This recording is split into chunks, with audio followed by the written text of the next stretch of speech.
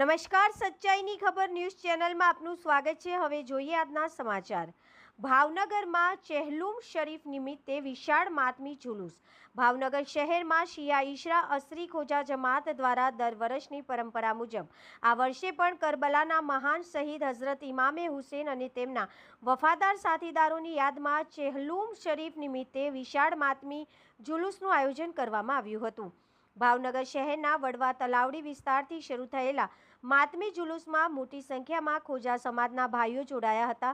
સમગ્ર જુલુસ દરમિયાન શ્રદ્ધાળુઓ દ્વારા યા હુસેનના નારા લગાવવામાં આવ્યા હતા અને કરબલાના શહીદોની યાદમાં માતમ કરવામાં આવ્યો હતો। આ જુલુસ ચાવડી ગેટથી શરૂ થઈ અલકા ટોકીઝ, મતવા ચોક, સંધેડિયા બજાર, સેલારસા ચોક થઈને આંબા ચોક ખાતે મોડી સાંજે સંપન્ન થયું હતું।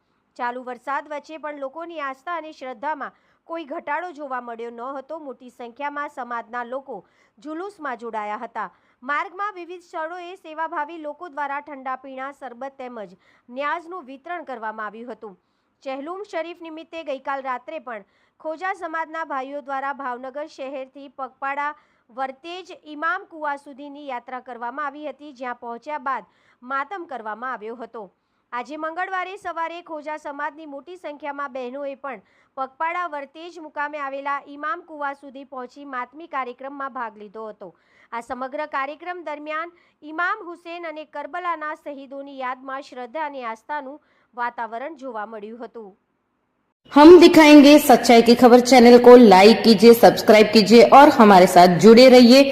हम दिखाएंगे आपको सच्चाई की खबर।